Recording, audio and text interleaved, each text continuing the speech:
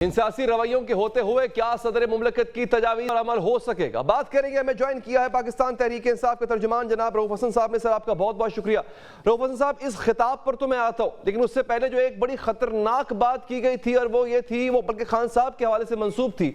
उन्होंने इस्टेब्लिशमेंट के इदारे के सरबराह पर इल्ज़ाम लगाया और आज बैरिस्टर गौहर ने कह दिया कि हम अपने इल्ज़ाम पर कायम हैं। सर ये बहुत संगीन इल्ज़ाम है जो कि लगाया जा रहा है। क्या ये अब पीटीआई की पॉलिसी है, आप अपने ऊपर जो भी आपके साथ हो रहा है, अच्छा या बुरा हो रहा है, उसका जिम्मेदार आप इदारे के सरबराह को समझते?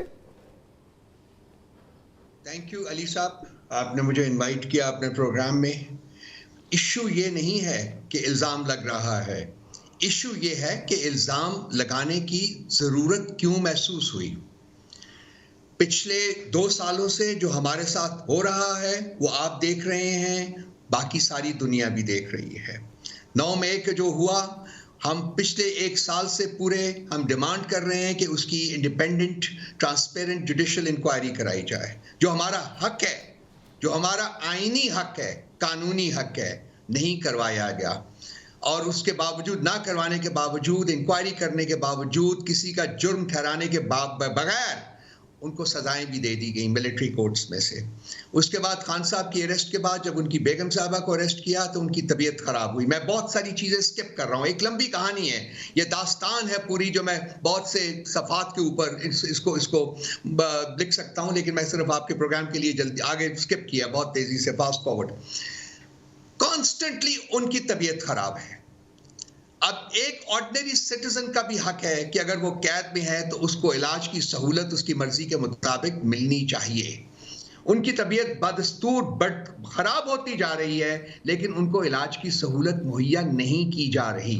क्या ये इंसानों के साथ ऐसा रवैया रखना चाहिए? क्या किसी मुहज़्ज़ब माशरे में, मुहज़्ज़ब मुल्क में, एक कानून के ताबे मुल्क में, आइन के ताबे मुल्क में ऐसा होता है? होना चाहिए? ये है सवाल। तो नौबत इसलिए वहां तक पहुंची जहां तक पहुंची है। तो आज भी उनकी तबीयत के बारे में हमें शदीद किस्म की डिस्टर्बिंग न्यूज मिली है। अच्छा, उसके बावजूद आज न्यूज क्या मिली है सर आपको? कुछ इसको एक्सप्लेन करेंगे सर? उनकी तबीयत और खराब हुई है आज। अच्छा। और हम आज भी हमने इल्तिजा की है कि उनको शौकत खानम के डॉक्टर्स की मौजूदगी में उनका एक मुआयना करवाया जाए और उनको जो उनका इलाज, उनका जो उनको जरूरत है वो मुहैया किया जाए। लेकिन पिछले जितने हफ्तों से वो कैद में हैं, हमारी सुनवाई नहीं हो रही। नंबर 2, पिटिशन उनकी पड़ी हुई है कि जी मुझे घर की चारदीवारी से निकाल के अडियाला में शिफ्ट किया जाए। पिटिशन फिक्स नहीं हो रही है। मतलब ये इंसाफ के तकाजों को जिस तरीके से आप रेप कर रहे हैं, तबाह कर रहे हैं, कानून के तकाजों को, और as citizens of the country जो हमारे हकूक हैं उनको जैसे पामाल किया जा रहा है, उसके बाद सवाल तो बनता है। सही, क्योंकि आपके दौर में सर आपके दौर में मुझे याद है, बल्कि पूरी कौम को याद है रऊफ हसन साहब, आपके दौर में नवाज शरीफ साहब बीमार हुए थे और उनको इलाज अस्पताल में करवाया गया, उनकी मर्जी के मुताबिक करवाया गया। उन्होंने बाहर जाने का कहा तो उनको बाहर भी जाने दिया गया। तो मैं आपकी तर्जुमानी मैं नहीं कर रहा हूं, लेकिन इंसान होने के नाते मैं अपील कर रहा हूं साहिब इख्तियार लोगों से कि वाकई अगर ऐसा है, बुशरा बीबी की तबीयत खराब है, तो खुदा के लिए आप लोग उनको वो सहूलियात दें जो सेहत की एक आम शहरी को, पाकिस्तानी शहरी होने के नाते उनको मैसर होनी चाहिए। वो मैं भी खुद भी अपील करूंगा। आगे बढ़ते हुए सर, सदर मुमलिकत तो कह रहे हैं मफाहमत करते हैं, बहरान से निकलने का एक ही हल है, मफाहमत करते हैं। सर आपका जो लहजा है वो बड़ा तल्ख है, माना कि ज्यादतियां हुई हैं आपके साथ, मगर आप मफाहमत के मूड में न कभी थे न कभी होंगे, मेरा ख्याल है। देखिए अली साहब, ये भी एक तल्ख हकीकत है। चलिए हम आराम से बात करके ज़रा थोड़े से तारीख के सफ़ात जो है वो खोल लेते हैं और देखते हैं कि क्या था। जब हम हुकूमत में थे तो हमने बसा औकात इनके साथ बात करने की कोशिश की, लेकिन बात जब करनी शुरू करते थे तो एक ही एजेंडा आइटम आता था टेबल के ऊपर कि जी हमें एनआरओ दे दिया जाए।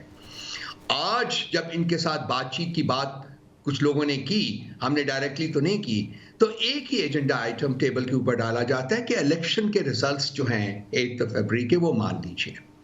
ना वो काबिल कबूल था भाई उस वक्त, ना ये काबिल कबूल है। और आज तो हमारी एक और भी हकीकत वो बिल्कुल सामने है, वो ये है खान साहब की इंस्ट्रक्शंस है कि उन 3 पॉलिटिकल पार्टीज ने जो कि शब खून इलेक्शन के ऊपर शब खून मारे जाने की डायरेक्ट बेनिफिशियरीज हैं, नेमली पाकिस्तान पीपल्स पार्टी, PMLN और MQMP, इनके साथ किसी किस्म के मुज़ाकरात उस वक्त तक नहीं होंगे जब तक कि इलेक्शन के रिजल्ट्स को रिवर्स नहीं किया जाएगा और जो पवाम का मैंडेट था उसके मुताबिक उन लोगों को इक़्तिदार नहीं दिया जाएगा जिनके हक में वोट पड़े थे।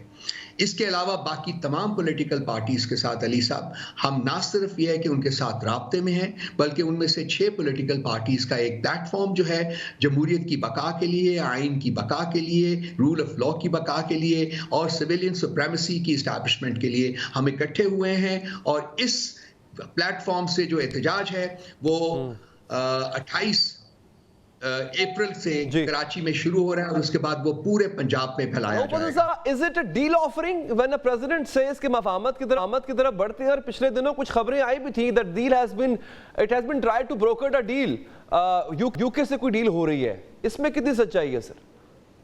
पीपल्स पार्टी ने ये हुकूमत बनने से पहले हमसे बसा औकात राब्ता किया है, बल्कि बिलावल भुट्टो साहब के लेवल तक भी हमारे साथ राब्ता हुआ है।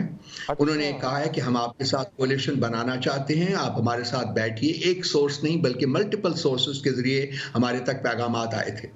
हमने, चूंकि हम एक असूल पसंद जमात हैं, इसलिए हमने उनके साथ इताअत करने से इनकार किया, क्योंकि पीपल्स पार्टी डायरेक्ट बेनिफिशियरी है वो शब खून की जो उस ऑफर में सर आपको प्रीमियरशिप ऑफर की गई थी, खान साहब की रिहाई भी ऑफर की गई थी, ऐसी भी चीजें भी ऑफर की गई थी सर?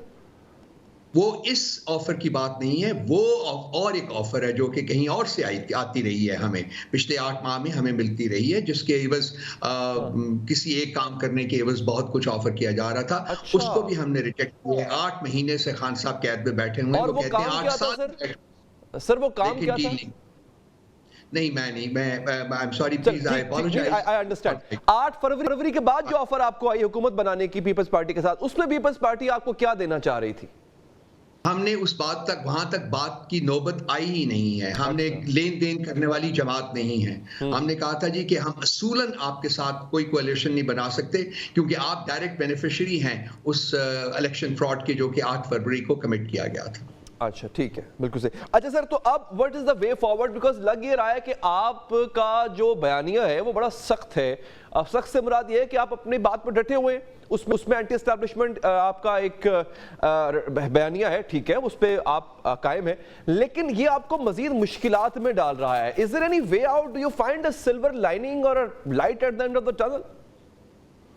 अली साहब, अगर 2 साल के ऊपर मुहीत जुल्म और जबर की दास्तान में सुनाने बैठ गया तो फिर आपके पास वक्त नहीं रहेगा। और क्या कर लेंगे ये हमारे ऊपर, और क्या जुल्म, क्या जबर, क्या फस्तायत कर लेंगे? इससे आगे क्या है? मैं बयान करूं कि हमारे लोगों के साथ क्या हुआ है? आप सुन सकेंगे? हमारे सुनने वाले सुन सकेंगे? नहीं, छोड़ते हैं इसको बात को नहीं करते। हम एक आग के दरिया से गुजरे हैं और गुजर रहे हैं। आज भी हमें पॉलिटिकल स्पेस नहीं दी जा रही। बाय इलेक्शन सिर्फ 2 दिन दूर रह गए हैं, 3 दिन, उसके बावजूद हमें जलसे जुलूस करने की इजाजत पंजाब में नहीं दी जा रही। जहां 10 लोग इकट्ठे होते हैं, वो डाकू रानी के गुंडे आते हैं वहां और हमारे बंदों को उठा के ले जाते हैं। ये जमहूरियत के तकाजे हैं, ये कानून के तकाजे हैं, ये आइन के तकाजे हैं। इन्हीं तकाजों की बेसिस के ऊपर जरदारी साहब जो है वो मुफाहमत को पीच कर रहे हैं। इन्हीं तकाजों के ऊपर अली साहब, क्या हमें आगे बढ़ना चाहिए? हम जिस आग के दरिया से गुजरे हैं, क्या वो इसलिए गुजरे हैं कि eight the end of the day हमने कॉम्प्रोमाइज करना है यूजर्पर्स के साथ? But sir, now as a student and मैं आपसे रहनुमाई भी चाहूंगा, आप पॉलिटिक्स को बेहतर जानते हैं, but there has to be an end to it ना सर। मैं पीपल्स पार्टी की अगर एग्जांपल लूं, पीपल्स पार्टी ने अपना लीडर शहीद करवा लिया, कोड़े खा लिए, जेलें भुगत ली, but at the end of the day बीबी साहिबा को निगोशिएट करके फिर इक़्तिदार में आना पड़ा, because it's a very sad and brutal reality. आप लोग सियासत जेल में रहने के लिए तो नहीं कर रहे ना, सारी उम्र जेल में रहना है आपने, सियासत कर रहे हैं ताकि इक़्तिदार में आए और कौम की खिदमत करें। इसका हल क्या है? How to move forward with it now? Ali, देखिए, कुछ मकाम आते हैं कौमों की तारीख में, रियासतों की तारीख में, जब किसी ना किसी को खड़े होना पड़ता है और जुल्म जबर सहना पड़ता है। ये हिस्सा जो है, ये जो रोल है, ये हमारे हिस्से में आया हुआ है और हम बड़ी जांफशानी के साथ ना सिर्फ इसको बर्दाश्त किया है, बल्कि आज ही मेरी खान साहब के साथ मुलाकात हुई है। उनके अल्फाज जो हैं वो रेजोनेट कर रहे हैं मेरे कानों में, मेरे दिल में, मेरे दिमाग में। वो कहते हैं हम ये जंग जीत चुके हुए हैं, लेकिन हारने वाले अपनी हार मानने में अभी वक्त ले रहे हैं। भाई, हम ये जंग जीत चुके हुए हैं। हम इस जंग को कॉन्स्टिट्यूशनली, लीगली और मॉरली जीत चुके हुए हैं और कोई हमसे हमारी जीत ले नहीं सकेगा। अली साहब, जितनी मर्जी कोशिश कर लें, ये सिर्फ वक्त है। हारने वाले हार नहीं मान रहे, लेकिन हारने वालों को हार माननी पड़ेगी। ये खान साहब के अल्फाज हैं जो मैंने दोहरा दिए हैं। आज हमारी उनके साथ अडियाला में मुलाकात हुई है, मैं और 5 और लोग। भाई, these are inspiring words। एक शख्स जो 8 महीने जेल में है, बदतरीन हालात में वो जेल में है, और वो कहता है मुझे 8 साल भी रखेंगे तो मैं कॉम्प्रोमाइज नहीं करूंगा। हम लोग, हमें शर्म नहीं आएगी कि हम कहें, उसको मजबूर करें कि नहीं, आपके पास ऑफर है, आप ऑफर को एक्सेप्ट करें। हमें तिक्का बोटी हमारी हो जाएगी, अभी भी है ऑफर, हमारी तिक्का बोटी हो जाएगी। हमारे जो फॉलोअर्स हैं इस वक्त वो हमारे पास आते हैं। अली साहब, ये कहानी सुनने वाली है, आप आइए कभी, मैं आता हूं आपके पास, मैं बैठ के क्रॉस द टेबल आपके साथ बात करूंगा। हमारे फॉलोअर्स, हमारे एक्टिविस्ट, हमारे सपोर्टर्स हमारे पास आते हैं और वो एक ही बात कहते हैं उंगली उठा के, रऊफ साहब डील नहीं करनी, रऊफ साहब डील नहीं करनी। सही, हम डील नहीं करेंगे भाई। हाँ, रास्ता है, आपने सवाल उठाया, बहुत इंपॉर्टेंट है। रास्ता है, जो बेईमानी रात के अंधेरे में की गई है, जो डाका रात के अंधेरे में डाला गया है, उसके मुजरिमीन को पकड़िए और उनको कटहरे में खड़ा कीजिए, और जिसके हक में वोट पड़ा है उसको उस वोट का बेनिफिट दीजिए। हमारे दरवाजे खुले होंगे, हम सबके साथ कोएग्जिस्टेंस की बेसिस के ऊपर बात करने को तैयार होंगे, बट नॉट बिफोर यूजर्पर्स जो हैं, जो बेनिफिशरीज हैं यूजरपेशन के, जब तक उनको आप कटहरे में नहीं लाते। ठीक है, वेरी वेल। रऊफ साहब, एक और बहुत ही अहम मौजू है, ये सोशल मीडिया की जीनत ही बनता रहता है, and there are certain elements in your party जो इसको कहीं ना कहीं हवा भी दे देते हैं या कोई ऐसी बात कर देते हैं जिससे उस आंसर में मजबूती आ जाती है। That's rift within the party.